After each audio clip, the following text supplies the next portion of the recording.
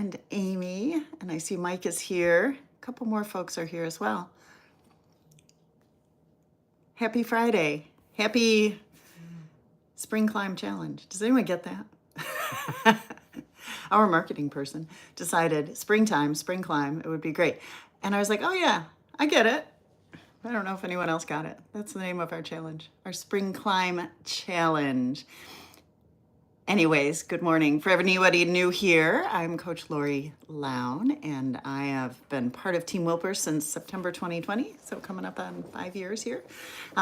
Just some quick intros. I'm in Northern California, where it's foggy today, but happy to be able to ride a variety of terrain here. I've been riding bikes since the late 90s, which makes me feel very old.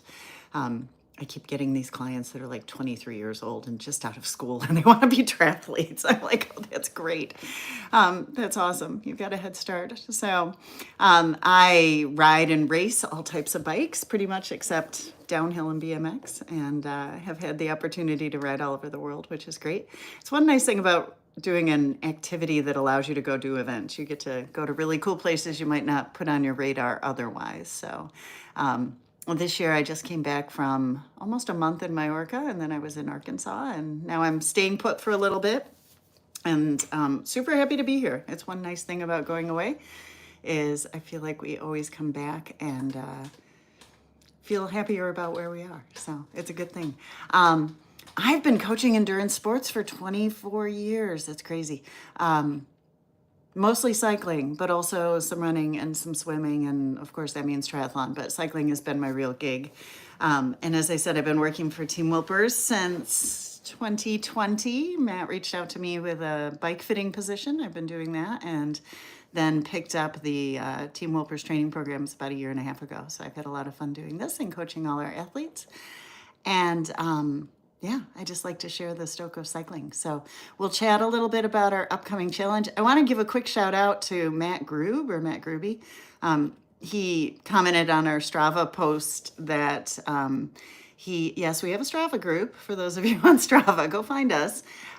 We have 2 of them actually, one for cycling, one for running. But Matt reached out and said, hey, I had a pretty serious crash at Ironman, Texas a couple weeks ago, and he was hospitalized and is now cleared to get on his Peloton. So he's going to use this challenge as part of his recovery to get back to triathlon. So welcome, Matt. I'm glad you've got us, and feel free to reach out at any time if you have questions about recovery. But of course, listen to your medical team when it comes to how much to get back into sports. Hey, everybody, throw me a note in the chat. It's National Bike to Work Week, or Bike to Wherever Day, or whatever we're calling it these days. Ride and roll to school, or walk and roll to school. Here in California, now they're calling it Bike to Anywhere, or Bike to Wherever Day, because during the pandemic, no one was going to work. So we still wanted to encourage people to get out and try cycling for transportation. We've got some really cool challenges going on here in California this month. And I did not bike to work yesterday. Did anyone bike to work yesterday or today? I guess today's the national day. And I know some states do it later in the year as well. It's not all in May. Some folks are in June, people who have snow and that kind of thing. So did anybody bike to work? I hear crickets. You guys hear me? Am I here? Am I really live? It's strange to be here alone.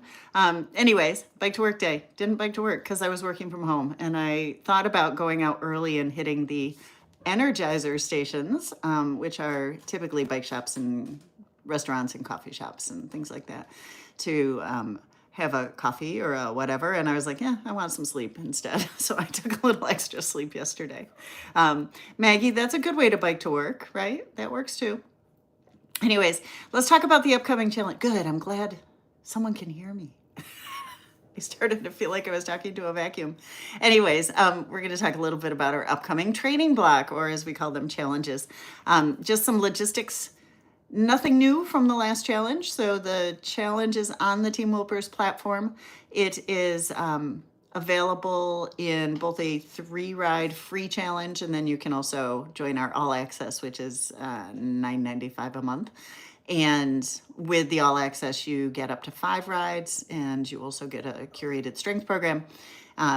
clickable links in your PDFs and all that kind of thing. So you can access any of the run, the cycling, the strength plans, and we also have some pretty cool member discounts and stuff. So I encourage you, if you haven't registered yet, register for the next challenge, whether you do the free challenge, which is available on the Facebook group as well, or the all access membership. So we have been on a rest week, a 2-week break, which drives some people nuts. They're like, what do I do for these 2 weeks when you don't tell me what to do? And as I mentioned, we want to rest and test. So we intentionally gave you some time down. We finished the last challenge with some pretty significant overload. So we really fatigued you. And yes, Mike, it counts. You can ride your Peloton anywhere you want. And it's funny because a lot of people work at home still. And they're like, yeah, I rode my bike and then I worked. Does that count? Anyways, we finished our last training block with a big bit of overload. And if we play our cards right, that leads to super compensation. So you should be fitter now than you were ending the last challenge. You would have had a lot of fatigue accumulated during the last training block. And so now is a good time to test. We don't have a test within the challenge. We do have a benchmark. We're going to talk about that in a bit, but no FTP test. So if you used this week to do the FTP test protocol, that's great. Or if you want to execute your test this weekend or on Monday, that's also great. I would say why test? Not so much for a benchmark, but more for setting accurate training zones. Did we improve your FTP last challenge? Have you not taken a test in the last year or two, or whatever? So in order for our training to be effective, we want to have accurate training zones. That's the reason why we would test. And so I encourage you to do that if you haven't already. You do not have a test at the beginning of this challenge. So in the Facebook group, in the files, there is an FTP pacing calculator. So when you take your test, if you want to use that as a tool instead of the cues from the instructors, that's there and available for you. I put that in there. If you are not on Facebook and you're interested in a copy of that, just email me, Lorri, Lorri, at teamwilpers.com, and I will send you that chart in Excel form. So we're going to talk about climbing a little bit, and it's funny. And we'll just start with, first of all, thank you everybody for your questions. I really appreciate, yes, Saturday, we're going to test. Testing is great. We should call it something else, right? But anyways, let's talk climbing. And we'll start with Brent. Brent had a great question. Brent is one of our group leads. And he was like, what's the benefit of climbing? Brent also rides outside. So that's a really good question. Why do we do a climbing challenge? So let's just talk about why we mix up our training in general. When we train our body adapts to whatever stimulus we're giving it. So if I ride Power Zone Endurance rides every day, my body gets really good at endurance. If I don't do anything else, my body just gets really good at endurance. So I'm not very flexible. I'm not able to do a lot of things. And so by mixing it up, we're introducing another stimulus. We're going to focus on a different area of our fitness. So we'll do that throughout the year. I don't want you to get stagnant. I want you to grow and get fitter and challenge your body and keep training, not just moving, right? Moving is great. Activity is great, but really we want to improve our fitness. So to do that, we are going to focus on different areas of our fitness. So the next challenge will be climbing, and the one after that we'll do a sprint challenge. We'll go back and do some base. So we just came out of a big foundational base period. We should be really fit at this point, but not specifically fit, just very generally fit. So we're going to introduce a new stimulus. Climbing is interesting, especially when we think about climbing indoors. So why do we climb? Well, in most of the world, it is a necessity, unless you live like Florida or somewhere where it is super, super flat, like the Netherlands. But even there, you have some elevation gains, right? You've got the intercoastal highway that you can go over the bridge, or a parking garage, or that kind of thing. So climbing means different things in different places. But for outdoor riders, climbing is really a necessity. And climbing is not just one flavor. We have multiple types of climbs, but really we're going to think about power to weight ratio with climbing. And that's a little different. We talk about different courses for different horses. We all have different body types. And when you look at a typical climber's body, obviously we're carrying that weight up the hill. So what does that mean? So when we think about climbing, we can think about strength, right? Strength is my ability to move a given weight. Let's say I can pick up a 10-pound weight, or I can ride up the hill with my body weight or whatever. Power is my ability to move that weight fast. And so that's what we're going to try to improve with our climbing. I can move my weight on a flat road. That's great. The bike will almost pedal me. But then when the elevation, right, the road pitches up, then I have to move it with some speed. So that is what we're going to work on. We're going to work on muscular endurance. So it's not just pure power. You can have a rider who's a larger rider who can produce more power, and they may not climb as fast as another rider who has the same fitness and is at a lower body weight or has a lower bike weight.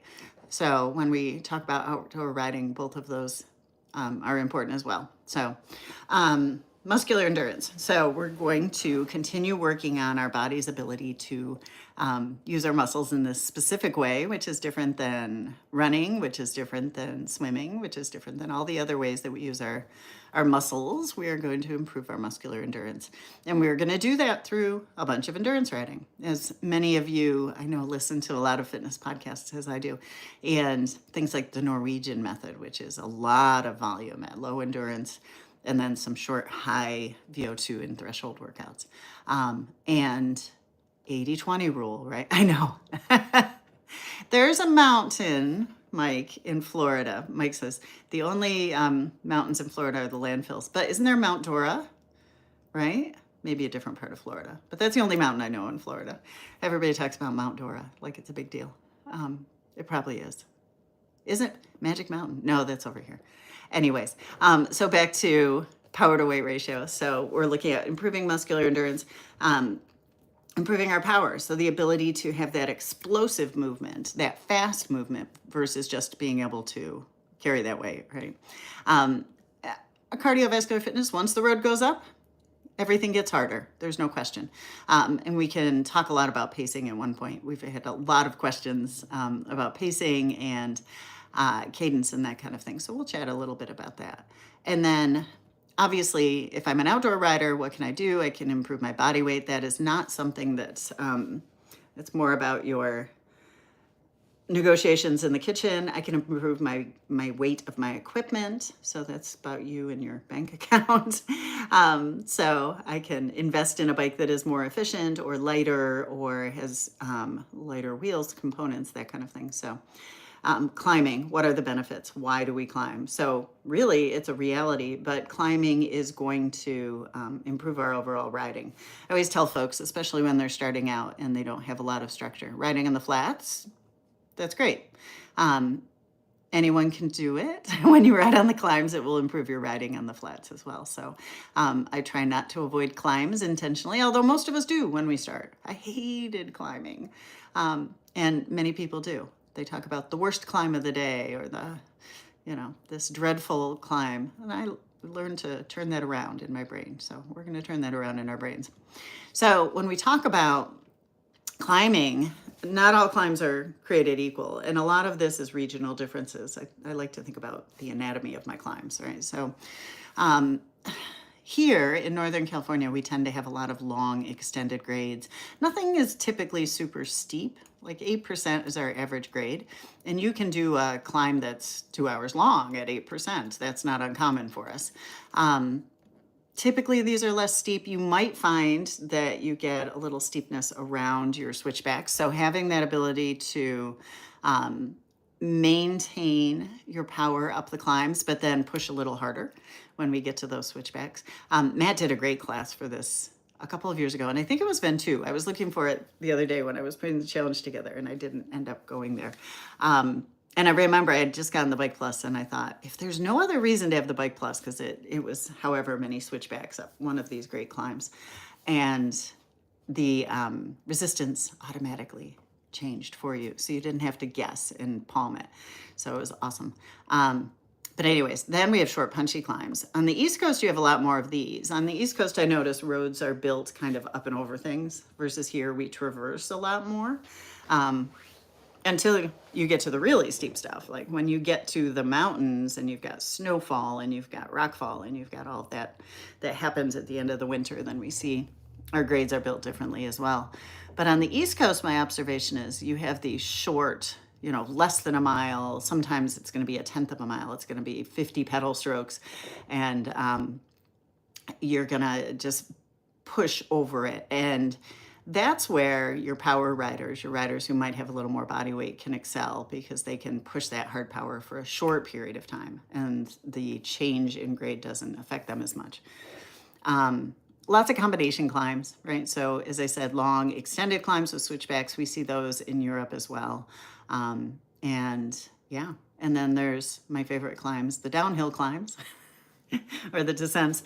And it's funny because a lot of people will say, oh yeah, I only like climbing because I like to descend. Descending is fabulous. And it was interesting because Amy had a bunch of questions about how to overcome your fears of descending. And I may or may not cover that today, Amy. I may leave that because we have a lot of stuff to talk about today anyways. So yes, we'll talk about the skill portion of descending as well. But there's also skill in climbing. So when we look at climbing, we can choose a better line or a worse line. We can look at our body position on the bike, and is it helping me or hurting me? So Debbie and Fred and Amy, oh gosh, so many good questions here. So thank you again for your questions. Debbie, you had a lot of them, and it was good. So we'll talk about that a little bit. Climbing technique and bike fit, and they go hand in hand. So it's interesting. What I chose to focus on in my career has been two things. One is bike fit, and one is skills instruction. And people are like, why do you teach those two things? They're so different. And they're not. When we look at bike fit, we're talking about your body position on the bike and how you work with the bike and how you use the bike. And your form, right? So Maggie said, yes, your form during climbing. Yes, my technique. If my bike fit isn't correct, my form, which is how I pedal and how I breathe and how my posture is, can't be correct. And if my body weight isn't in the right place on a climb, I'm not going to get up the climb. So those two things go hand in hand outside the fitness aspect of cycling. And it's funny because we don't talk about the non-fitness aspect of cycling very often. I do, because that's what I do for a living, but most people who ride bikes go out and we want to ride longer. We want to ride further. We want to ride faster. We want to climb more. And we don't think about how to do any of that better. So it's just more, more, more, more. You know what I think about more, right? More is not better. More is more. So in other sports, it's very interesting. I have a coach friend who said this during a class recently, and I thought about it, and I was like, yes, I agree. And he was saying, in other sports, how much time do you spend practicing your skills versus improving your fitness? And in a lot of sports, especially ball sports, a lot of it is very skill oriented. It should be in cycling too. But we tend to practice as we do. We don't go out and do drills. So we can definitely improve how we ride. So body position definitely matters. Body position and my fit on the bike is going to allow me to pedal and produce force. And it's going to allow me to produce more power. There's no question about it. Anybody who's gone through the bike fit process and you're like, wow, this is great, because all of a sudden my numbers went up. I'm more efficient now.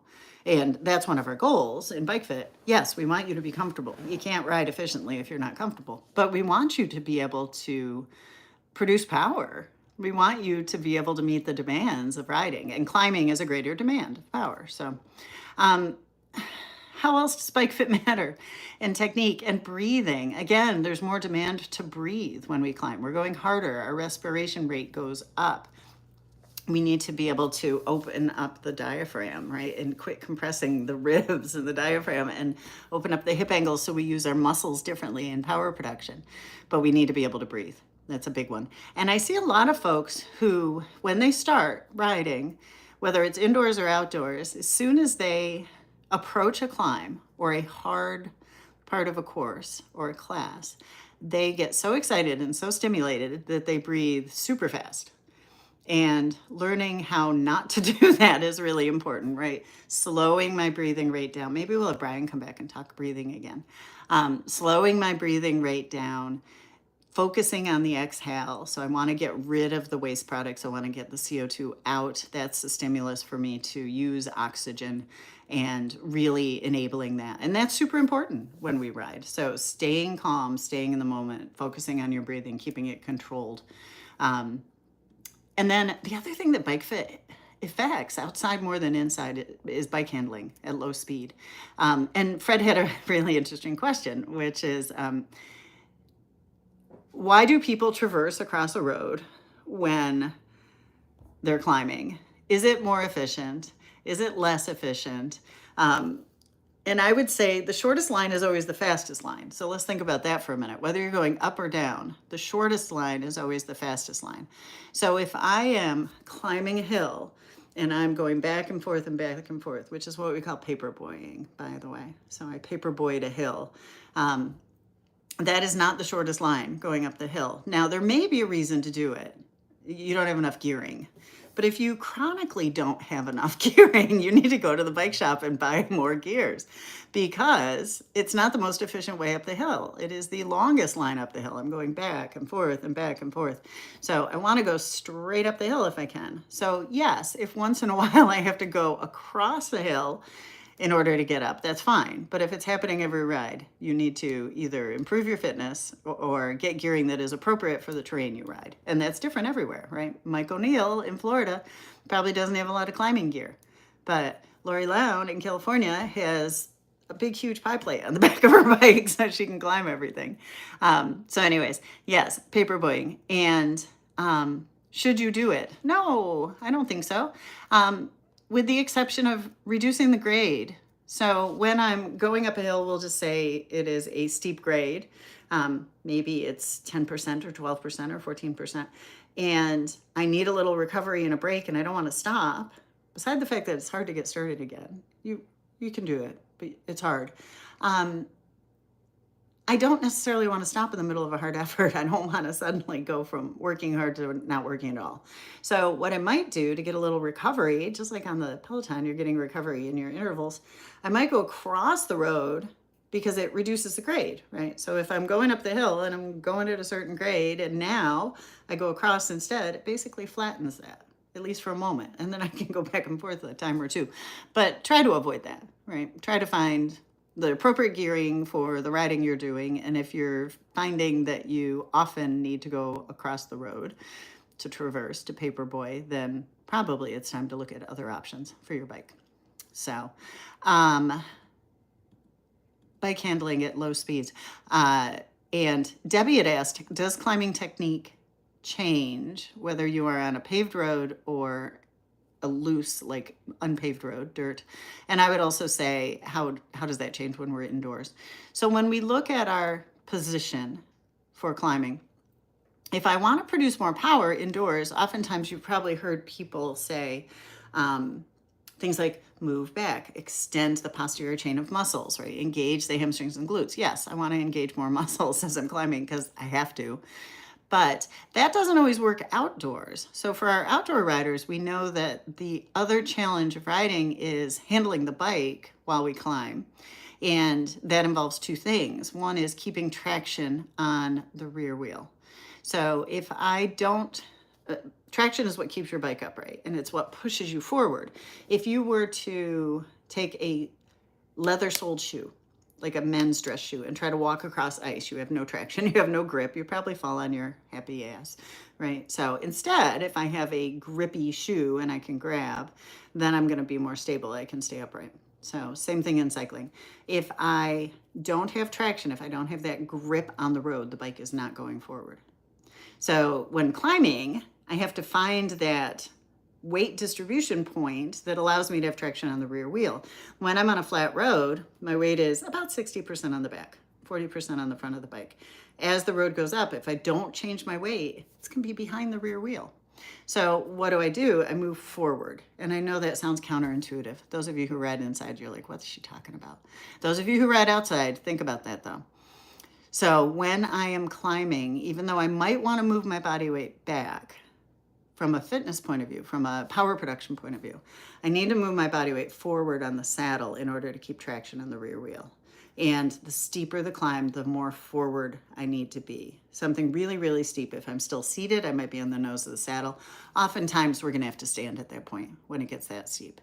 But the same is true when I'm standing. I have to think about where my lower body is. And this is a mistake I see a lot, which is people just stand and they're like leaning on their bar and they don't have traction on the rear wheel, right? So think about, again, where if I were to drop if I had a jelly bean in my belly button and I let it fall, where would it land? Would it land in front of the rear wheel, behind the rear wheel, on the rear wheel? So I need to think about that as well. So as the road goes up, my lower body goes forward. Now, the other challenge with bike handling at low speed and how it might change between pavement and unpaved and indoors is the upper body. So when I stand or when I am seated, it's okay to engage the bar. I'm actually pulling on the bar versus pushing. Much more so when I stand than when I'm seated. But I want to keep my upper body upright so I can breathe, so I can produce more force, so I can open the hip angle. But what happens if I pull the front wheel off the road, which is not uncommon, or off the trail, right? So I get a wheel lift and I freak out. Even worse if I get a wheel lift and lose traction at the same time. So with my upper body, I want to think about bringing it lower to keep the front wheel on the road. And not an ideal situation then, right? We get to something that's so steep and I'm seated and I'm moving forward, so it affects my angle of my hip and my knee and all of that. And then I'm also bringing my lower body down. But sometimes you got to do what you got to do to get over the steep stuff. How is it different road, unpaved, indoors? Indoors, you can do whatever you do and it doesn't usually screw up, right? You're not going to knock the bike over, probably. On a paved road, you can get away with a lot of stuff, doing it wrong, until you don't get away with it anymore. So I would say really focus on your skills. On loose terrain, you can't fake it. You're going to spin out and you're going to lose your balance and you're going to put a foot down. On the road, you can often get away with those little mistakes. But again, learn how to use the skills, and then when you need to use the skills, you can use them, right? So so that's really the difference. The skill set is the same. The weight distribution is the same. What's different between paved and unpaved riding is the surface of the terrain, right? Is it loose or is it smooth? Is it steep, right? Our off-road, our road, at least around here, most of our dirt riding is steeper than our road riding. So, but we also have more gearing for it usually. So hopefully that answered your question, Debbie. So Fred, the shortest line is the fastest line. And Debbie, yes, there is a difference between all of those. And, but the skill set is really the same. It's the terrain that changes. What else? Oh yeah, seated versus standing. Why? And some people love to stand and some people don't. And it's interesting in the bike fit world, a lot of folks, in the Peloton world, a lot of folks don't like to stand. And I think because we just don't understand how to stand. So standing, let's start with why. And this was Amy's question. Should I stand or should I stay seated? And I would say yes, do both. Why do we stand? So there's 3 reasons really. One is I need a posture break. That's the one we see a lot in Peloton, right? You take one of Matt's long classes and you get to stand for 10 seconds every 10 minutes or whatever it is. So I want to use my body differently. And when I say posture, it's not just about saddle comfort, but that's a piece of it. It might be, I just want to shake my legs out a little bit or get a little more space in my spine, or change the way that I'm using my upper body. So any of those would be considered a posture break. I want to accelerate, and that's probably one of the more common reasons, right? So acceleration is the greatest expenditure in cycling. So to go from a stop to start or to go faster when I'm at a constant speed, acceleration is what makes me work harder. I just read Maggie's question. I have to quit reading while I'm talking because I lose my train of thought. Anyways, I'll get that, Maggie, I promise. So acceleration would be another reason. When I stand, I can use my body weight to produce more force, to produce more power. The downside to that is there's an expense. And as you probably all know, that expenses, my heart rate increases, my breathing rate increases. So from an energy point of view, it's not very efficient. So standing is a great tool. I might stand to get a posture break. I might stand to accelerate. Outdoors, I might stand because there's no other option. I guess that could be true indoors too if you put so much gearing on that you can't turn your legs over seated. But I don't know why anyone would intentionally do that. Although I've seen people who are like, hey, I can do 5 minutes at 100 resistance. I'm like, why? Anyways, if I get to the top of a climb or a point in a climb where it's just so steep that I can't remain seated, right? What are my options? I could stop. I could traverse, like we were talking, paperboying, or I could stand and just power up it. And hopefully I can remain standing and not die in that time. It's amazing how our body can sustain more than we think it can. It's our brain usually that's the limiter. So yeah, boogie breaks, not booty breaks. Yeah. Olivia, she says they are boogie breaks. So Mike says. Anyways, those are the reasons why I would stand. And it is not more efficient. It is more efficient relatively for smaller riders than larger riders because you're carrying your body weight. But it is something that is a really good tool to have, I think, especially if you're an outdoor rider, but also an indoor rider, right? So we're using our body differently. We're using our muscles differently. And it allows us to sneak in a little more high-end fitness, and then we can recover. So definitely a tool to work on. Weight distribution when standing is also, I think, one of the biggest issues. And I would say for outdoor riding, as well as indoor riding, think of having some consistent resistance. I like to think about springing up versus pushing down. We don't push down when we stand. We're using our muscles differently. So we're drawing the knees up. So think about that. If I'm on the Peloton, I always tell people, think about tapping your knees on the handlebar, right? So I'm engaging my upper body. I'm pulling, almost like I'm marching. And I'm trying to bring those knees up. I'm not trying to slow down. If you think down, what happens? You get stuck at the bottom. There's no other way to say it, right? I put heavy resistance on and I push down and I'm using my body the same way I've basically been using it when I'm seated.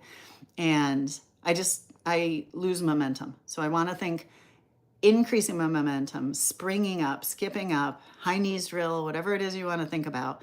And I want to keep that power production up and I want to keep the cadence up. So cadence versus gearing, that's the other important issue in seated versus standing climbs, right? So cadence is my constant, whether I am seated or standing.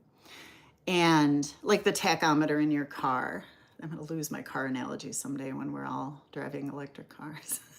Anyways, your tachometer tells you the rate of revolutions of your engine. And I sound all mechanical when I say that. But anyways, when you drive and it increases, and it gets up to about 4 gazillion or whatever the metric is, and you have to shift, or the car shifts for you, right? Because it's not good to run think car, right? It's not good to run your engine that hard. So I'm accelerating, the tachometer goes up to 4, and I shift.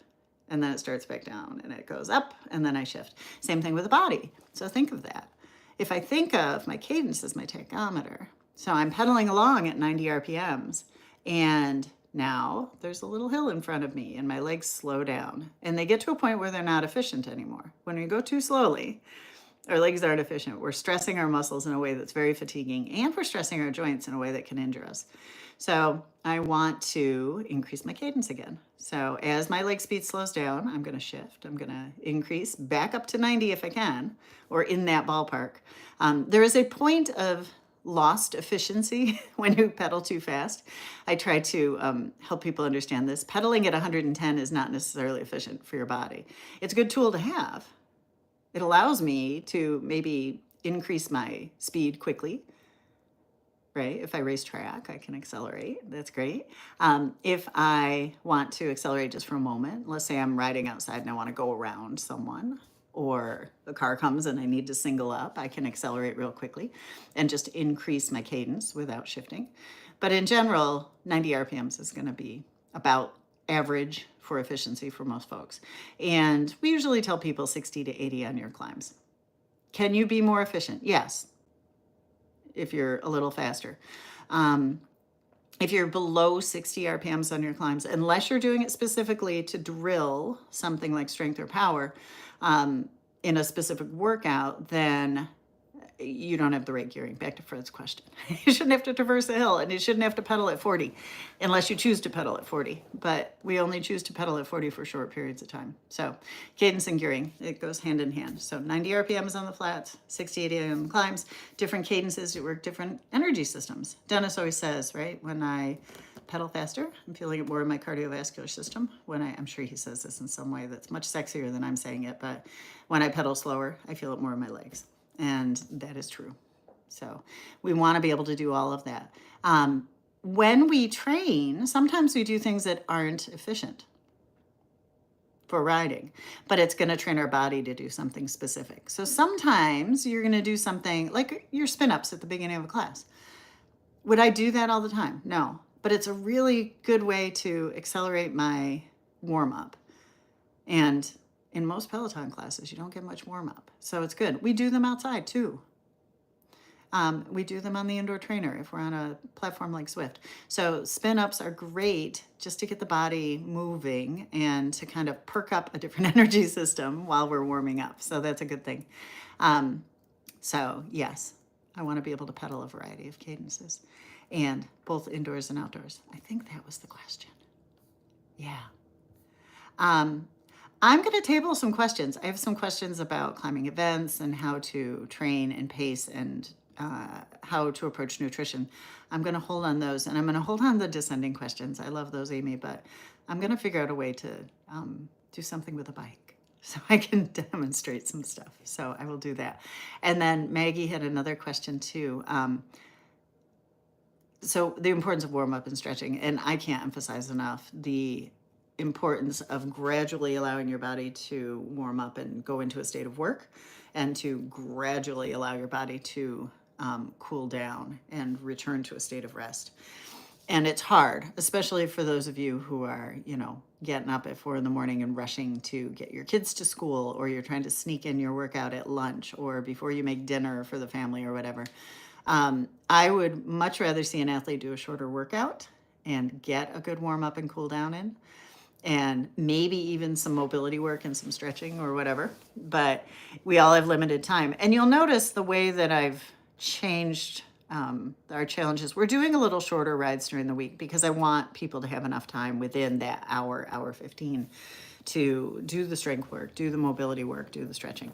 So yes, the classes are a little shorter, and that's fine. You can always do longer rides in the challenge. You can always add another ride in, or just do a just ride. There's some awesome scenic rides to do. So all of that is okay.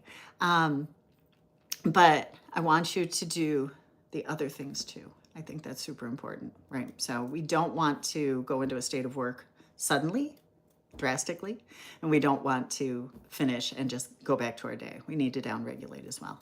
So Meg's other question is, what's the hardest week? So this is an interesting challenge in that we're doing 6 weeks versus a typical 3-week on, 1 week off. We build throughout, so we're going to build for the first 3 weeks, come back down a little tiny bit, but the last week will be the most challenging week. As we look at the structure of this, most of our rides during the week are going to be shorter rides. We're going to start out with endurance just to set our rhythm this first week, and we'll have a benchmark climb on Saturday. So we're going to do Christian Van de Velde's Alpe d'Huez climb. We'll use that as our benchmark. And I would say don't put auto resistance on if you have Bike Plus. You're going to ride it, and we'll set our benchmark at the beginning of the challenge, and then we'll do it again at the end. And, our goal is to see what improvement we've seen in our climbing.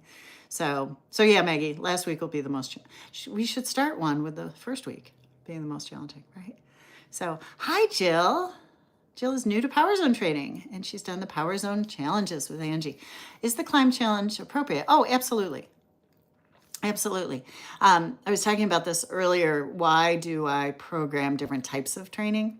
One thing is just more interesting, but in exercise physiology, we tend to block things. And so when I look at things, the concept of progressive overload, if I were to train inefficiently, I might just throw in a random interval ride here. Maybe I do a VO2 max ride here. Maybe I do a climb ride here, that kind of thing.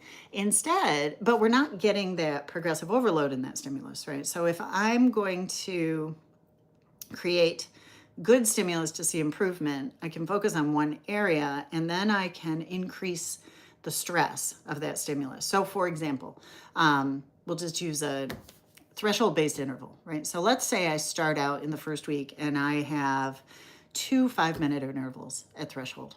So how would I progress that? I could go harder, or I could go longer. I could do less recovery in between. Harder doesn't make sense because we're going to focus on this one specific area of intensity. But maybe the next week what we do is 2 10-minute intervals. And maybe the following week we challenge us in a totally different way and we do 1 20-minute interval or 2 15-minute intervals, right? So each time we're creating more stress by either reducing recovery or increasing intensity, which doesn't apply to this one, or increasing the duration of the work. So that's our goal. And we can do these in blocks. So doing one type of workout for a week doesn't really make any difference. So we've got instead, beside the first week, which is just base building, rhythm building, we've got 5 more weeks of building on our intensity. It's a little different when we use classes versus writing workouts, which is what I do with my outdoor clients. When I use someone else's content, I'm at the mercy of whatever they teach. So we're hoping that it's going to fit in appropriately, but for the most part it does. So yeah, Jill, you'll do great. And there are some climbing events too. So Maggie has very kindly volunteered in the past to help with the Peloton events and organizing Team Wilpers for that. One of them is a climb challenge, which is great. There is an algorithm that has been developed by the man who runs these, Landon, who will give you a set resistance and a set cadence, and that's going to simulate a number of feet climbed. And you choose, hey, I want to climb, Everest or Mauna Kea or whatever. So anyways, that's that. So welcome, Jill. You'll have fun, I promise. And what else for today? That's really it. So again, for those of you who are new, we are on the Team Wilpers platform. You should have gotten an email yesterday if you had signed up prior to yesterday, I think. And it will have a link to your training. So go in, do your training, check it off. And there's also a PDF linked there. There's a PDF for the 3-ride challenge in the Facebook page. And if you're not on the Facebook page, I recommend it. If you don't love Facebook, maybe just bookmark that on your phone, that homepage for the group, and then you can go in and not get distracted by other things. We have our groups set up based on time zone. So if you typically train at a given time, feel free to join any of the groups. We have several folks who are in all of them. If you join enough of them, I'll make you a group lead at some point, right, Brent? And it's a good social support system, and we have the opportunity to do some training together. I know Amy always sets up polls and picks times for her time zone. She's the Pacific time zone to train together, so that's awesome. Our hashtag is Team Wilpers Cycling, so if you use that, you can find your teammates on the leaderboard. So I think that's it for this week. That's all the talking I can do without losing my voice. I have to teach 3 clinics this weekend, so I'm going to lose my voice. There's no question. But thanks for joining me this morning, everybody. If you haven't signed up for the challenge, head over and sign up. Officially, we start Monday. The training has dropped as of yesterday. I was like, oh, look, it dropped. So it's there. And for those of you who are new, we are very flexible as far as completion in our challenges. So if you have questions about maybe you're traveling or you need to modify a calendar, feel free to post on the Facebook group. I am there and I'm happy to answer. You can also email me directly. But I like the questions in the group because if you have a question, everybody has a question probably. So yeah, that's about it. So happy Friday. We will officially see you on Monday. And thanks for joining me this morning, everybody. Bye-bye.